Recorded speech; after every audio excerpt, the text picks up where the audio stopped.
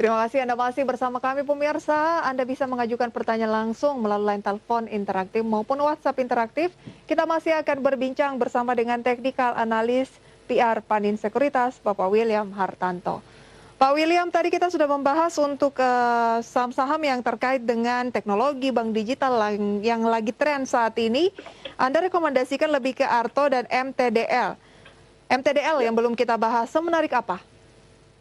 Oke, untuk MTDL jadi saya mengukur secara teknikal, di mana dia baru bulan Juni kemarin mulai mengalami penguatan, belum termasuk signifikan juga saat ini, dan dia adalah saham indeks tekno yang menurut saya ketinggalan banget. Dan saya perhatikan untuk tren dia masih sangat bagus, untuk support terdekat ada di 2460 dan resistennya di 2700 atau yang mendekati penutup atau tergerak harga tertinggi dari pagi. Jadi untuk MTDL juga saat ini kan penutupan di 2560, saya kira ada kesempatan untuk melakukan pembelian di area support ya. Dan untuk trennya kita lihat masih menguatnya bagus sekali, ini volume juga masih tinggi. Oke. Saya kira ada penguatan lebih lanjut gitu. Ada momentum penguatan lebih lanjut yang terdekat di 2700, Anda bisa buy on weakness di 2460 support kuat dari Pak William untuk MTDL. Baik, kemudian kita ke saham blue chips. Kalau blue chipsnya yang menarik untuk di buy on weakness jangka waktu menengah biasanya ya. Saham apa Pak William? Untuk blue chips jangka waktu menengah saya melihat saham konsumer ya seperti CBP atau di induknya di NDF. Jadi kalau kita lihat untuk kedua ini menurut saya lebih oke untuk mulai cicil beli. Pak William lebih melihat dari indikator apa dari ICBP dan Indofood sehingga Anda melihat ini lebih oke dibanding yang lain? Jadi saya tuh perhatikan pergerakan dari bulan Juni, di mana ICBP kan sudah capai lowest-nya itu di 7625 dan sekarang dia mulai konsolidasi dalam area 8425 sampai dengan 8950. Nah, jadi kalau dia ada konsolidasi seperti ini kan dia akan bentuk support baru yang mana pada 8425 tadi itu bisa lakukan buy on weakness juga pada saham ini. Jadi untuk ICBP saya rekomendasikan buy untuk blue chipsnya, dan INDF biasanya akan bergerak bersamaan juga, dan kalau kita lihat dari trennya dia masih bertahan di atas EMA 20 yang mana harga terendah pada hari ini. Jadi untuk INDF bisa dilakukan buy juga dengan estimasi target 6.700 sampai dengan 6.800. Oke, support untuk INDF?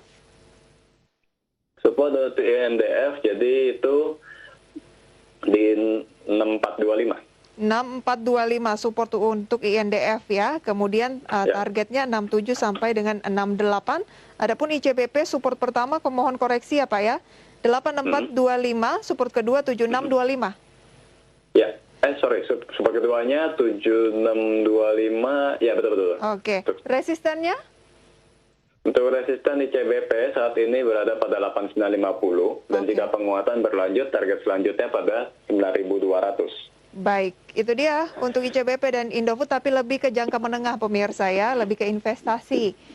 Oke, kita ke saham pilihan. Grafisnya berikut ini. Ada yang sudah kita bahas tadi seperti MTDL dengan support 2460, resisten di 2700. Kemudian ada SSIA direkomendasikan oleh Pak William dengan support 476, resisten di 515.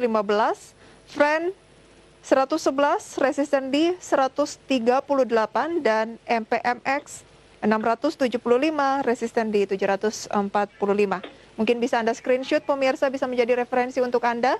Kita akan tanyakan penjelasan dari Pak William, kenapa berikutnya adalah SSIA. Oke, secara teknikal SSIA mengkonfirmasi pola double bottom. Jadi kita mengukur pola ini kan juga pola yang mengarah pada penguatan ya atau bullish pattern ya. Dan itu terkonfirmasi pada harga 476 sehingga 476 adalah support baru untuk SSIA. Nah, target 515 itu masih mengacu pada resisten terdekat dia. Jadi untuk sementara perkiraan saya adalah dia akan menjadikan 476 sebagai support dan menguji resisten pada 515. Sekaligus kan juga masuk fraksi baru gitu ya.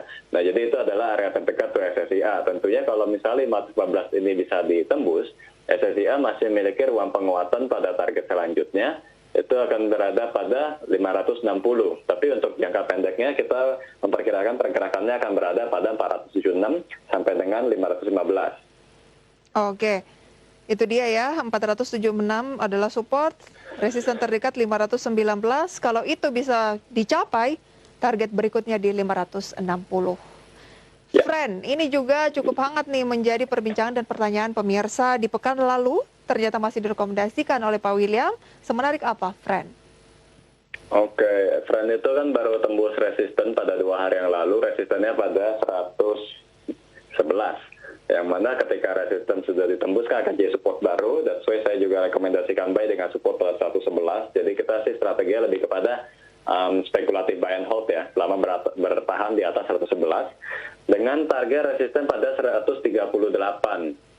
Itu resisten yang pada bulan lalu ya. Jadi itu untuk Friend rekomendasinya seperti itu. Memang kita lihat sih penguatan ini tidak mengalami volume perdagangan yang signifikan banget, lebih cenderung stabil. Jadi perkiraannya sih mungkin nggak akan langsung dalam waktu dekat tercapai. Oke. Jadi bisa untuk trading ya, 111 Bisa. sampai 138 range terdekat saat ini spekulatif buy untuk Friend. Benar-benar lebih ke teknikal ya, Pak William. Iya. Kalau MPMX? Sama teknikal juga. Jadi dia tuh dari bulan Juni itu konsolidasi di area 675 dengan resisten 745. Nah, pada saat ini closingnya 710. Jadi saya merekomendasikan buy on weakness jika mendekati support pada 675. 745 itu sendiri hanya sebuah resisten terdekat aja ya untuk mengakhiri konsolidasinya. Jika misalnya nggak bisa lewat ya 745 kita sell. Karena kita sudah membelinya di area support. Namun jika berhasil dilewati, MPMX bisa menguat lagi setidaknya sampai 775 menuju 800. Baik, ada level konsolidasi di 675 sampai 745 ya? Ya. Jadi kalau pemirsa bisa melakukan pembelian jika break juga ya, kalau masih ragu di level sekarang 745, kalau itu break kita bisa berharap ke 775 sampai 800. Betul. Itu dia untuk rekomendasi saham pilihan. Kita langsung ke pertanyaan pemirsa yang masuk melalui WhatsApp interaktif pada sore hari ini.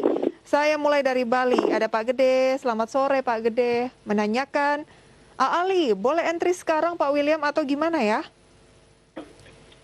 Ali. Perkebunan. Ini CPO ya. Betul. Oke. Untuk Ali, ini saya lebih sarankan buy on breakout. Jadi itu pada 8250. Kenapa? Karena posisi saat ini memang sedang retest pada resisten tersebut ya. Yang mana juga highest-nya tadi pagi kan di 8250. Sehari sebelumnya sempat 8300 tapi closingnya kembali di bawah resisten ini. Jadi jika kondisinya adalah pengujian resisten, strateginya lebih tepat pada saat breakout, lebih mengkonfirmasi penguatan. Memang sentimen CPO itu sendiri sudah menguat dan positif untuk saham Ali. Cuman jika resisten ini belum dilewati, maka sebaiknya kita konfirmasi ketika breakout. Jadi breakout pada 8250 dengan targetnya itu di 9075 sampai dengan 9650. Oke. Lebih menarik beli ketika sudah break ya di level tadi. Ya. Tidak untuk buy on weakness ya? Buy on weakness jika mau dilakukan, ya jadi ada supportnya itu di 7825. Oke, mungkin kita bisa bikin dua strategi, misalnya buy on weakness jika menurun pada 7825. Namun jika posisi seperti ini, perkiraan saya sih akan agak sulit ya ke support tersebut. Tapi boleh aja dipersiapkan strategi alternatif buy on weakness pada 7825. Oke, cut loss hanya jika turun ke level berapa Pak? Jika menurun di bawah 7400. Oke, masih jauh ya. Untuk Kak Ali lebih menarik tampaknya break di posisi tadi. Bisa lakukan pembelian. Oke, kita ke Ibu Eli. Punya pegas di 1130, baiknya di cut loss atau hold. Selamat sore Ibu Eli. Pegas di 1130 cut loss atau hold ya. Oke, untuk Pegas ini masih bisa di hold selama dia masih bertahan di atas 1010, jadi masih bisa di hold dengan posisi penutupan saat ini. Masih ada ruang penguatan hingga target pada 1180. Oke, waspada turun di 1110 ya? Ya. Hold saja terlebih dahulu. Kita lanjutkan nanti Pak William dan juga pemirsa, kami harus jeda terlebih dahulu dan jangan beranjak dari tempat Anda.